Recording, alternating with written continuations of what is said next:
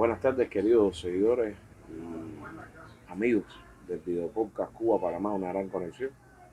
Hoy por primera vez nos hemos movido fuera de la ciudad de Panamá y hemos estado visitando la provincia de Los Santos para entrevistar a uno de los ex embajadores de Panamá en Cuba, el doctor, amigo, querido hermano, que está con nosotros hoy en su casa y que podrá compartir con nosotros hoy el doctor Rafael Antonio Moreno Saavedra. Muchas gracias. Muchas gracias por su presencia, mi querido embajador. Muchas gracias, embajador, por recibirnos. Y amigo de Cuba, hermano, lo sentimos así. Hemos viajado hoy a su casa y le agradecemos profundamente la amabilidad de estar con nosotros en este día y de ofrecer la oportunidad de que nuestros seguidores puedan compartir con usted algunas de las anécdotas y de los sentimientos que lo unen a la República de Cuba. Rafael fue embajador en Cuba. Rafael ha sido un colaborador, un comunicador social que ha tenido trabajo y ha trabajado intensamente con la cadena Telesur, a la cual le ha hecho presente análisis sobre la situación internacional, regional y la situación en Panamá. Hoy lo hemos visitado para entrevistarlo sobre temas vinculados a las relaciones bilaterales y a su experiencia en su relación con Fidel Castro, comandante jefe, quien el próximo año está celebrando sus 100 años de natalicio. Rafael, háblanos un poco de tu infancia, de tu formación, de tus padres. Yo nací en Guararé, provincia de Los Santos, el pueblo creo que más típico, más alegre, más bailador de la República de Panamá. Pero nací en Guararé y mi mamá era guarareña, mi papá. De aquí de Macaracas, donde estamos ahora. Y yo nací de una familia de origen burgués, rural. Mi papá era un terrateniente de este pueblo y tenía muchos recursos económicos, tierra, ganado.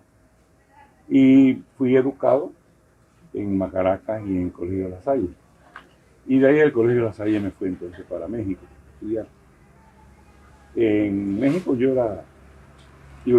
el Colegio de La Salle yo era de Primo de Rivera. Son los conceptos que me formaron. Y yo siempre he estado interesado en la formación social e ideológica del individuo. Y por eso, como estaba en La Salle, era fascista. Era mi concepto con Primo de Rivera.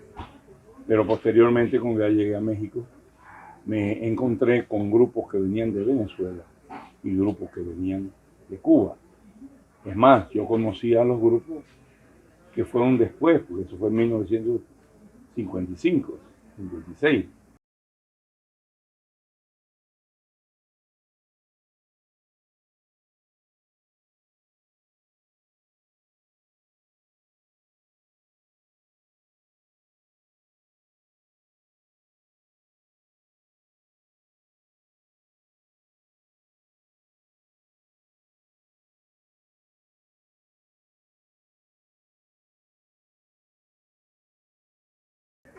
Y ahí creo que sí tuvimos contacto y es más ahí empecé yo a formar y a transformar mis principios ideológicos por las experiencias y lo que me contaban y los libros que me fueron proporcionando.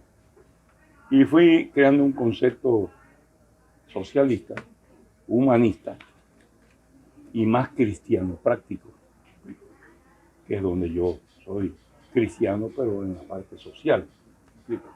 Y ahí me fui formando con los conceptos ideológicos que tengo en estos momentos. De allí, posteriormente, yo viajé a Cuba varias veces antes de ser embajador. Tenía contacto muy allegado, porque yo soy del Partido del Pueblo.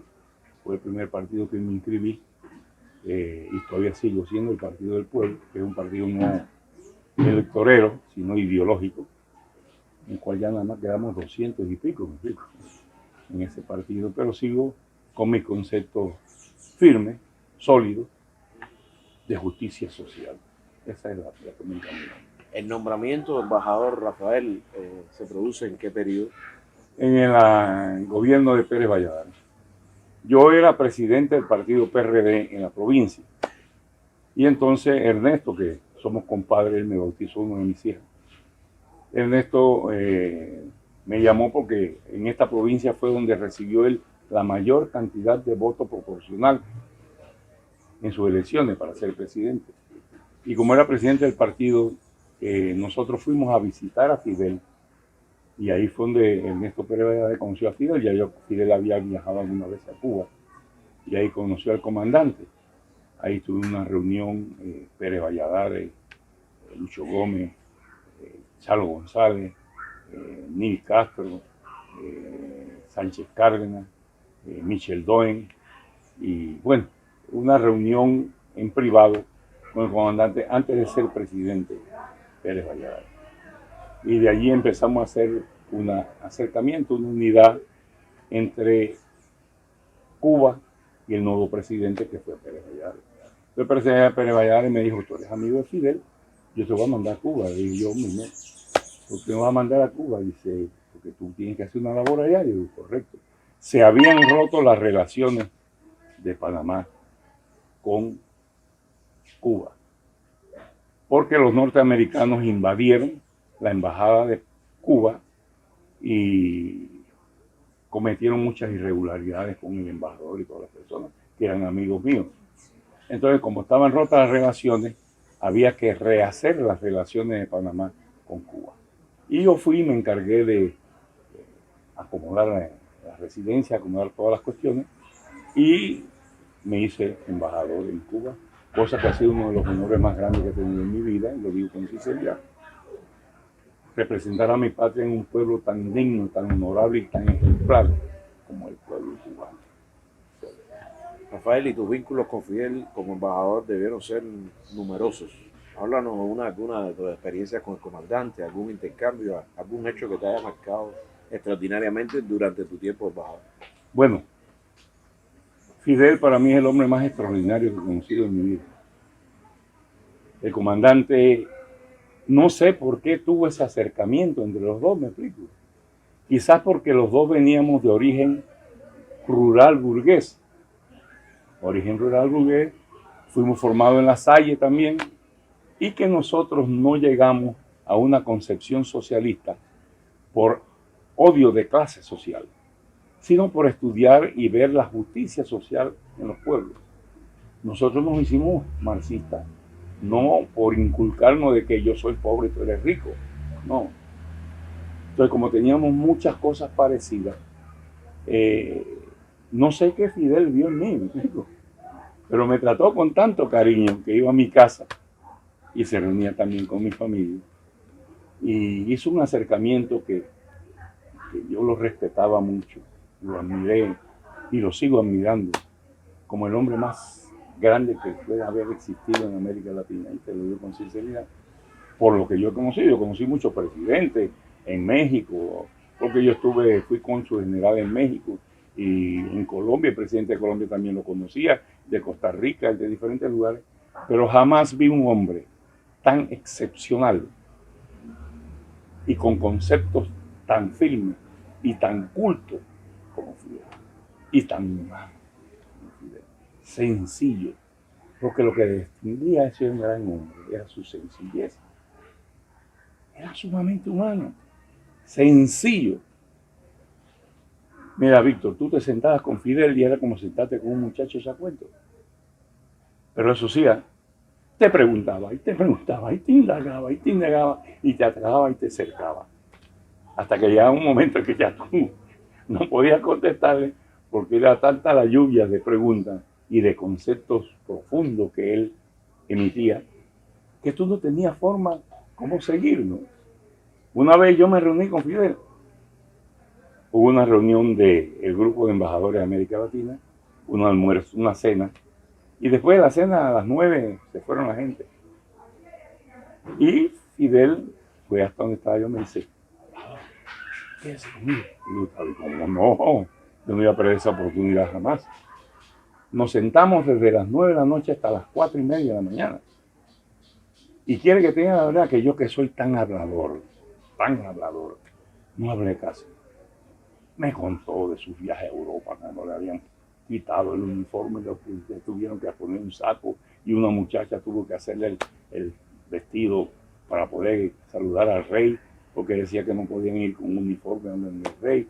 Y bueno, me contó de su infancia en Irán, me contó tantas cosas. Así que hicimos una amistad. Hicimos una amistad porque también fue a la casa, conoció a mi familia y todo.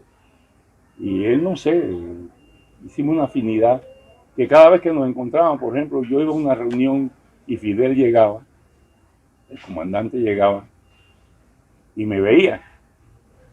Y enseguida decía, tráigame a la embajadora para que adentro los camarones son más grandes. Y entonces me llevaba aparte allá donde él estaba, en privado. Así, una vez que fue la marcha, que yo vi que había 1 millón de personas en la marcha contra el bloqueo. Y ahí fue donde vino la caída mía, que vino el comandante y llegó en un jeep, él manejando él, frente a la Almejeira, por allí, llegó y se bajó del jeep y agarró al canciller y me dice, embajador, y pan, me agarra del brazo a mí también, y nos fuimos caminando hasta el Castillo del Morro.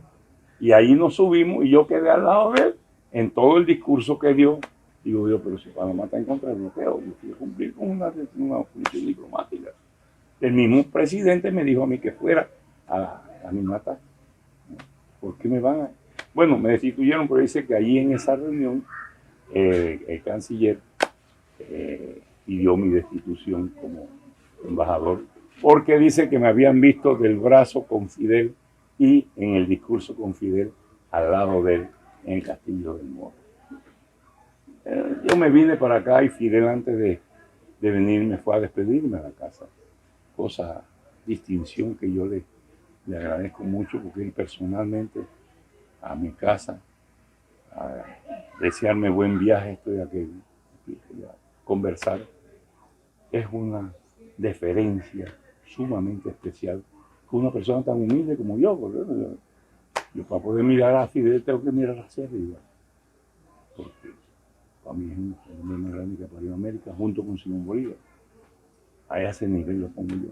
Simón Bolívar liberó tierras y Fidel liberó ideas, pero los dos tienen los mismos conceptos de liberación nacional. Bolívar hizo la patria grande, Fidel hizo las ideas de América Latina más grande y la justicia social en América Latina más grande. Para mí Fidel es algo excepcional con sus ideas, porque él no hablaba por hablar, sino que tenía fundamentos para decir las cosas. Esa es la...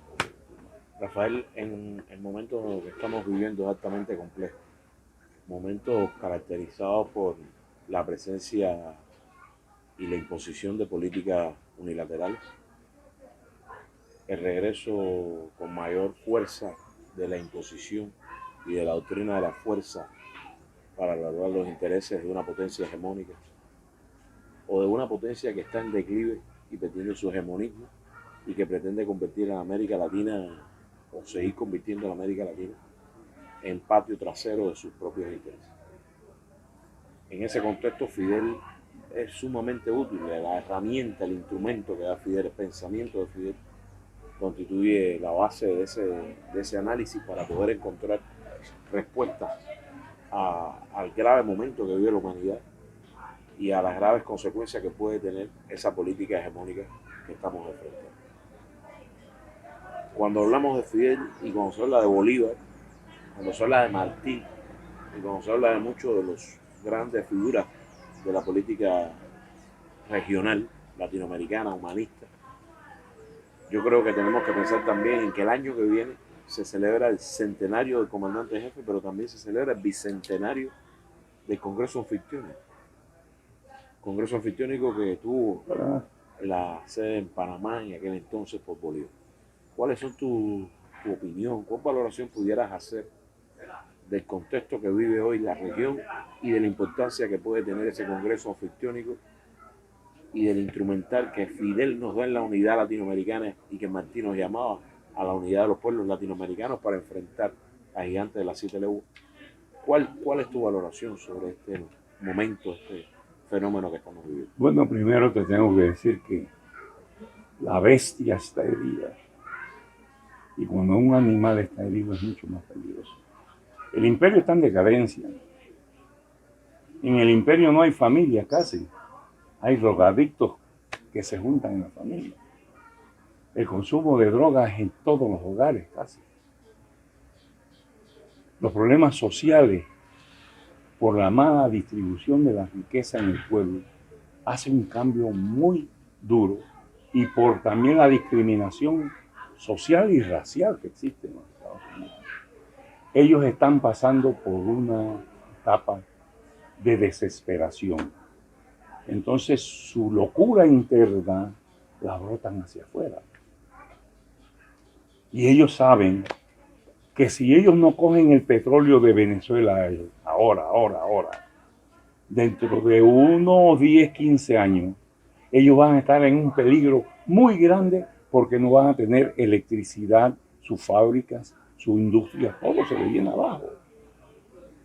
Porque los pueblos que producen petróleo en el Medio Oriente también están despertando y también están poniendo sus condiciones sobre el petróleo. Entonces el monstruo está herido y el monstruo se ha metido en nuestra pobre patria, no respetando el Tratado de Neutralidad, y están aquí con bases militares. Están en el Caribe. Están proporcionando el genocidio de niños, mujeres, masacres en Palestina, en Gaza. ¿Cómo es posible que en un país tan rico, con tanta televisión y con tantos medios de comunicación, no tome conciencia del crimen que están cometiendo contra la humanidad? Están cometiendo un crimen contra la humanidad en Gaza. Están cometiendo lo que hicieron. Yo nada más me pongo a pensar lo que le hicieron a Saddam Hussein, que era de ellos, era de la CIA y de ellos. Lo pusieron a pelear contra Irak, contra Irán, y él fue uno de su gente que le sirve a los gringos es su enemigo. Es mejor ser enemigo desde el principio de ellos, porque así uno está a la defensiva, que ser amigo y después ser traicionado.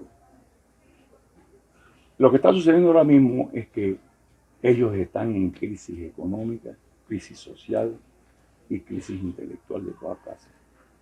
Sus medios hegemónicos ya se han venido abajo. ¿Por qué? Porque ya la televisión, las películas, los periódicos y la radio ya ha sido suplantado por los celulares. Entonces las redes sociales están pasando la verdad que antes no pasaba en la televisión. Por eso yo tengo mi celular, es un AK. Yo disparo. Todo lo que puedan disparar lo disparo para ver, no para hacer daño, sino para ver si puedo despertar a los pueblos que están dormidos. Están dormidos. El imperio no tiene mucho tiempo para estar como están. Ellos se vienen abajo. Y una de las satisfacciones mías a los 88 que tengo es que yo voy a ver caer el imperialismo. ¿Por qué? Porque son como una rapiña que está tratando de comer todo lo que encuentra y que son débiles. Y nosotros somos un pequeño país, ¿me explico? Y aquí recuerdo a Omar. Aunque Omar perteneció al Partido del Pueblo. Omar fue de la juventud del Partido del Pueblo, por eso tenía la conciencia social que tuvo. Y me lo dio Chamarín a mí, un chico Chamarín. Él lo inscribió en la juventud del Partido del Pueblo. Y recuerdo a Omar que sería el único que en estos momentos ayudaría a Panamá para no ser un pueblo servil del imperio norteamericano. Eso es lo que somos una colonia. Yo tengo que reconocer, Panamá es una colonia. Desde 1903 para acá, Panamá es una colonia.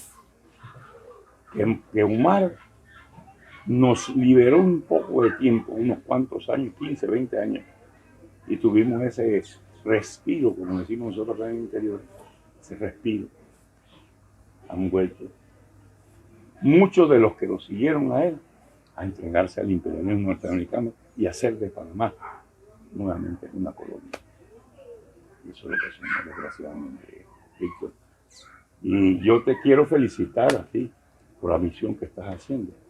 Gracias, Rafael. El trabajo, las condiciones de las relaciones bilaterales entre los dos países lo lleva y ese dinamismo responde también a la necesidad de nuestro pueblo de seguir luchando y seguir enfrentando ese bloqueo económico, comercial y financiero que nos impone Estados Unidos y que limita y impone a nuestra sociedad límites en el desarrollo. De eso no quería hablar yo, pero ¿sabes qué? ¿Qué le ha hecho Cuba algún daño a Estados Unidos alguna vez en la historia? ¿Qué cubano ha dañado a Estados Unidos? Nunca. ¿Qué cubano, qué le ha hecho Cuba a Estados Unidos? Nunca, jamás le ha hecho ningún daño. ¿Por qué ellos tienen que hacerle daño a Cuba? Hay un memorando de Lester Marjorie de 1961, un subsecretario de Estado de los Estados Unidos, donde expresa claramente la mayoría de los cubanos apoya a Castro, por lo tanto hay que rendirlos por hambre y miseria. De eso se trata el bloqueo, de eso se ha tratado la historia de la relación bilateral, de eso se ha tratado siempre. Independentismo contra nacionalismo. Nos quieren parte del territorio norteamericano, nos quieren dominados, nos quieren subordinados a sus intereses, nos quieren como están otros pueblos, nos quieren como están Pero yo te voy a decir una cosa. El pueblo cubano es el pueblo más valiente y digno de la historia. 60 años. Cuando nosotros en 2 años no aguantamos un bloqueo aquí, cuando Noriega, pero un pueblo como el de Cuba que pasa años y años y años bloqueado con una dignidad, es un ejemplo para el mundo de tener dignidad y respeto a los principios de cada uno. Cada uno tiene que pensar como quiere. Nosotros no tenemos que agarrar las ideas de otros y absorbernos, sino que cada pueblo tiene que tener su génesis y su desarrollo. Su génesis y su desarrollo. Y Cuba, Fidel despertó a Cuba. Hugo Chávez despertó a Venezuela. Yo tengo una entrevista ahí que mandé para la televisión, por todos lados. No digo yo que Fidel despertó a Cuba, Hugo Chávez despertó a Venezuela. Por eso el pueblo venezolano votó por Maduro, porque era un alumno de Chávez. Eso es lo que no pueden entender los gringos, pero no es eso. Es que los gringos quieren el petróleo, quieren el oro, quieren el coltán y de Cuba quieren que esa idea emancipadora de una sociedad nueva no se pegue a los demás. Eso es miedo a las ideas, es pavor a las ideas, a pueblos libres. Yo le digo a la gente cuando me dice, no, que Cuba tiene lo que tiene no es por el bloqueo, es porque el socialismo es malo. Digo, si vayan a China, vayan a Vietnam, vayan a Corea del Norte, para que vean cómo viven esos pueblos. Viven bien, con un socialismo, pero no están bloqueados. A ellos no pueden bloquearlo, hicieron una guerra, pero no pudieron pelear contra Vietnam. Así como Francia perdió, también los gringos perdieron 87,000 marines, murieron ahí. Esa es la razón por la cual ellos no quieren que los pueblos despierten. Por eso no quieren que Cuba sea el ejemplo para el mundo. Yo felicito a Cuba. Y los felicito a ustedes, que sé que pasan dificultades, pero están resistiendo, y más ahora que están pasando problemas con la luz y con todo, con la energía eléctrica. La luz no, porque la luz es del sol. La energía eléctrica, están pasando problemas, pero ustedes están dando un ejemplo que aunque se pasen problemas, no nos doblegamos porque tenemos dignidad. Hay dignidad en el pueblo cubano, es el pueblo más digno del mundo. No lo va a comparar con Gaza y con otros países, porque eso era una guerra. Pero aquí lo que hay es dignidad social. Felicito a Cuba. Enfrentamos una guerra económica. Una guerra económica, medidas aplicadas, sanciones, persecución financiera. Es un estado de guerra económica total. Rafael, a pesar de todas esas políticas de Estados Unidos, Cuba siempre ha sido solidaria con los pueblos. Cuando la pandemia, médicos cubanos vinieron a Panamá. Hemos contribuido en programas de desarrollo de la cooperación educacional. Hemos formado panameños en Cuba en varias especialidades. ¿Qué tendrías que comentar sobre eso? ¿Qué experiencia tienes sobre el tema de la formación de recursos humanos en Cuba? Yo te puedo decir que yo tengo que estar muy satisfecho y muy contento y muy agradecido con Cuba, porque tengo un hijo que se graduó en Cuba y se casó con una cubana. Así que yo tengo mi descendencia a tener raza cubana.